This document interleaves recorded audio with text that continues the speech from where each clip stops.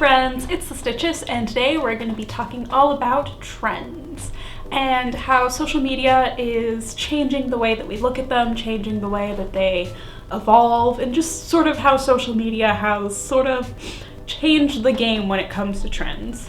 Social media has had such a profound impact on the way that trends progress, and it's affected it both in good ways and in bad ways. So we're going to talk about just all the ways, and you can make up your mind whether you think this is good, whether this is bad, whether you think it should continue like this, whether you think it should go back to the way it was before. Personally, I think it's a good thing in some ways, but I do think it's a bad thing in other ways, and we'll figure out why. So first up is pretty obvious, the rise of streetwear. If you don't know what streetwear is, it's basically the type of fashion that's most popular in the streets. It's what people are wearing. It's what you see when you go to the mall. It's what you see when you're out at tourist traps and on vacation. So things like your fancy bomber jackets, your graphic tees, your jeans, things that you would wear to go shopping with friends or something like that. Fashion trends are no longer strictly editorial. They're a little more relaxed, a little bit more casual. And many individuals are favoring streetwear over designer styles. So designer styles are largely what you see in things like Vogue, W Magazine, editorial styles. So it's what editors, people who are professionals who study fashion, decide to put out based off of what designer brands are putting out, like Gucci, Louis Vuitton, people like that. It's largely based on what is popular on the runway as opposed to what is popular on the street. So there's a bit of diversity between these two sort of ways of looking at fashion. And it used to be that the editorial fashion, the designer fashion, was king, and that is what everybody aspired to be. Everybody aspired to look like the models in Vogue. But now that Instagram exists, people are getting their fashion inspiration from regular people on Instagram, from fashion vloggers, from people like you and me who just post daily outfit pics. So this idea that it comes from the people as opposed to the editors are sort of changing the way that we think about fashion just in general. And this causes trends to grow more organically and spontaneously. The overall silhouette, the overall color schemes, these are evolving much more organically than they used to. They don't have people being like, okay, for this season we're going to choose this color and everybody is going to like this color. And I think my cat's just knocked over a cutting board in the other room. There used to be a lot of emphasis on the color of the year. You would see this in Vogue, they'd report on whatever the color of the year was, and then everybody would go out and buy fashion staples in this color. Well, that's not a thing anymore. People don't really tend to care about the color of the year as much. And it's the same with individual designer pieces. Like, nobody really goes out and buys the Chanel handbag of the season because there just aren't as many people paying attention to what editorial style guides are saying. However, this has sort of led to the spontaneousness of individual items.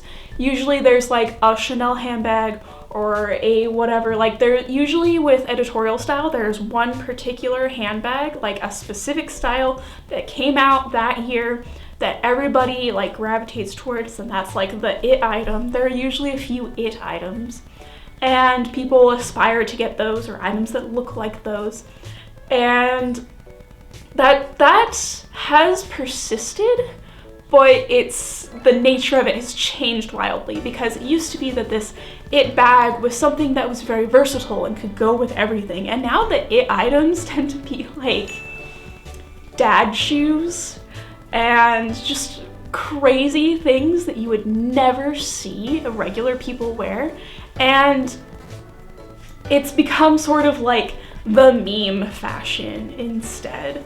So instead of getting these staple items that everybody aspired to own, we have these like ridiculous sort of art pieces, and that's sort of both good and bad because like we're sort of bringing the art back into fashion, but we're also taking away some of the utilitarian needs that fashion was invented to fill. I mean, there's sort of this distinction between style and, you know, clothing. So the next big way that social media influences fashion trends is that everything moves at the speed of light now. Previously, in like the 40s and 50s, we had 2 fashion seasons. We had spring, summer, and fall, winter, the hot months and the cold months, and those were the seasons that you prepared for. And now brands like Forever 21 push out clothing at 52 seasons. So once a week, there's new clothes, which means that the trends are moving a lot faster as well, because if you're having these different seasons and you're expected to change your clothing with the seasons, then, you know, it gets to the point where after a month of this one particular type of item being really popular, everybody's tired of it. So because you have all of these other new trends coming at us at the speed of light, like it's all around us all the time, everywhere. Like, how often are you on Instagram? How long did the wavy brow last? Like, everything is moving so fast, and since our individual trends are sort of memified, they're things that aren't made to last. Like, nobody is gonna care about dad shoes in 2 years. Like, they'll be passé by then. Whereas previously, trends would last like a decade, and you'd be able to use your trendy items over and over again as seasons progress because the trends didn't move as fast. And this has caused fashion to sort of branch into these 2 really big divisions. So you have the people that want to stay with the trends, and these people are sort of forced into the fast fashion box. So like brands like Forever 21, Primark, H&M, all of those types of brands are becoming really, really popular among this group of people. And this is the same group of people that you see making these giant hauls, like $500 hauls, or that largely consume media based on the haul. And I've been guilty of this in the past as well. And it's sort of like a cycling of clothing every few months. Like they feel forced to like basically reinvent their wardrobe every season because that's how fashion is moving now. So if you want to be trendy, you have to move very quickly, and you have to buy clothes all the time, and you have to get rid of clothes all the time. So fast fashion is largely like consuming the lives of this group of people. And when you have something like fast fashion that is so destructive and so prevalent and so inescapable, you inadvertently wind up with counterculture. And since fast fashion is as big as it has ever been, the counterculture against fast fashion is also as big as it has ever been.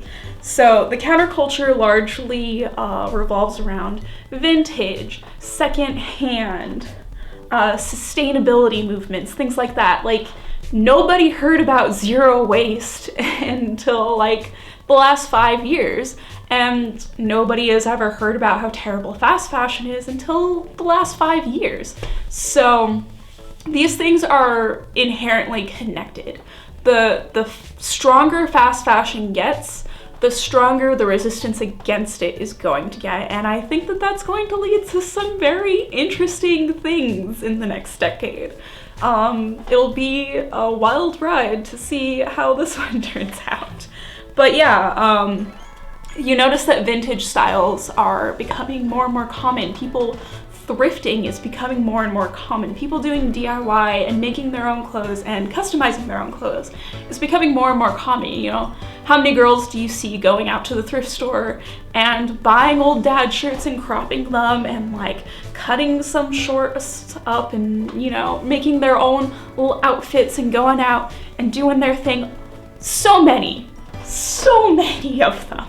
So many people have started embracing thrifting that it's popping off. It's wild. It's insane. It's causing poor people to complain because they're like, hey, what happened to our 99-cent clothes? What happened?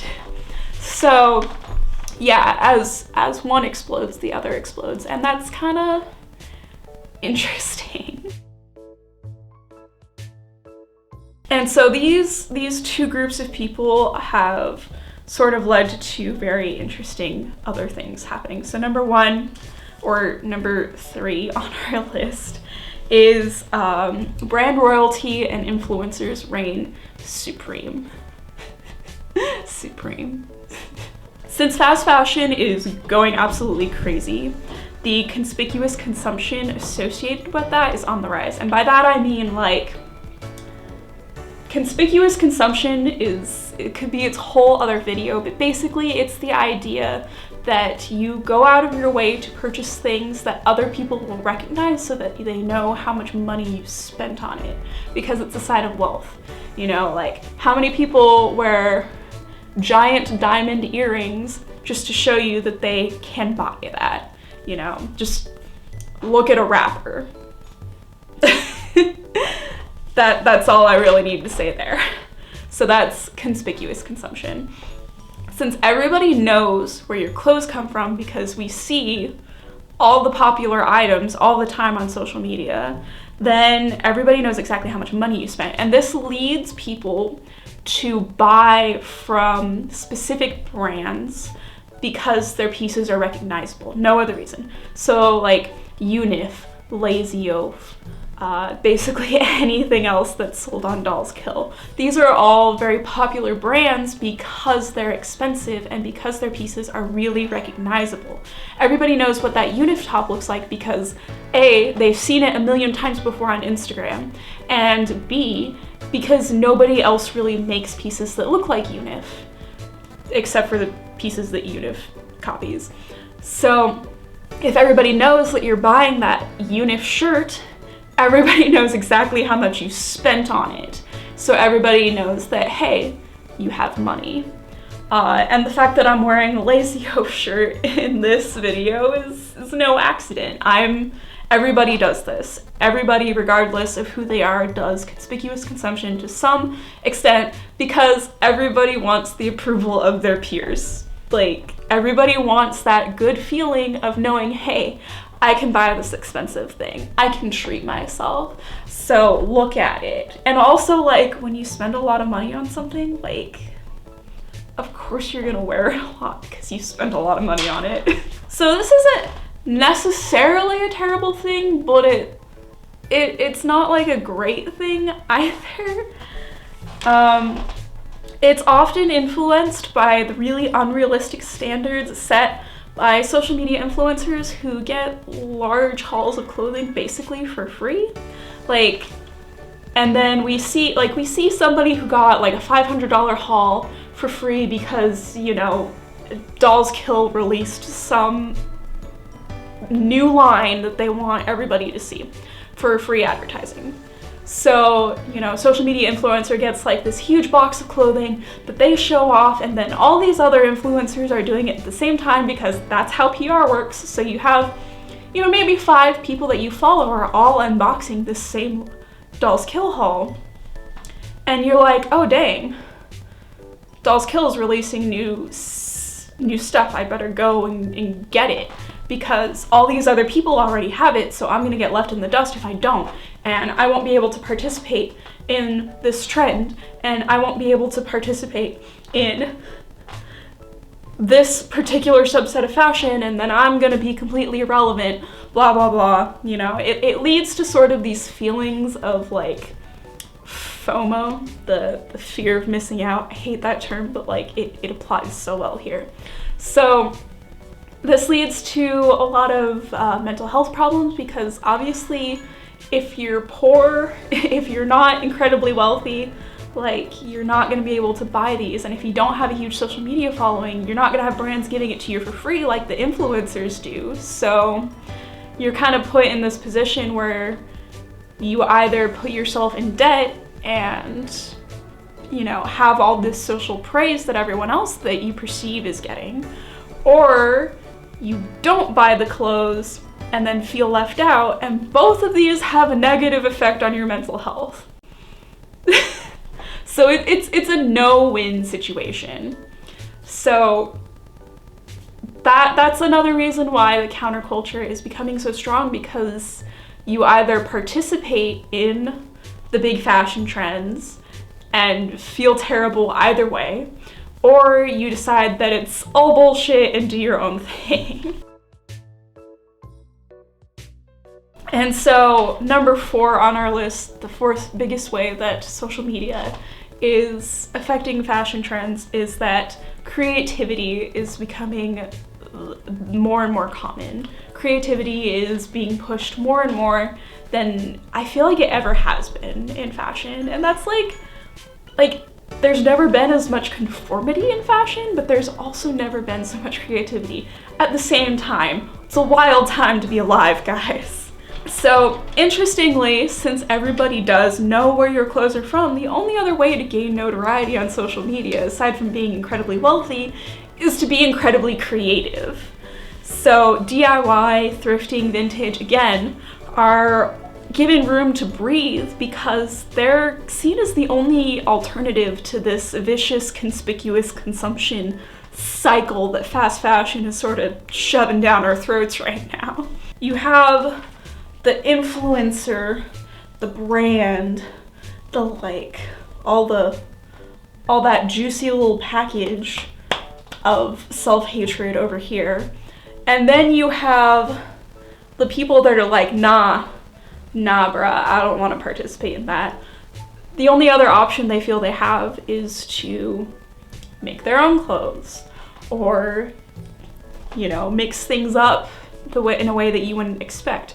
Because if you can't participate in the expensive brand, then you have to find a way to be stylish and trendy on a budget. So like, instead of going out and buying that $200 sweater that everybody is going crazy about because Lazy Oaf exists, then you have to go and find, say, maybe a big baggy men's sweater that you can cut up and turn into a cardigan. And you have to, because you can't just be an art thief, because nobody likes an art thief, at least I hope nobody likes an art thief, then you have to find a way to put your own spin on it.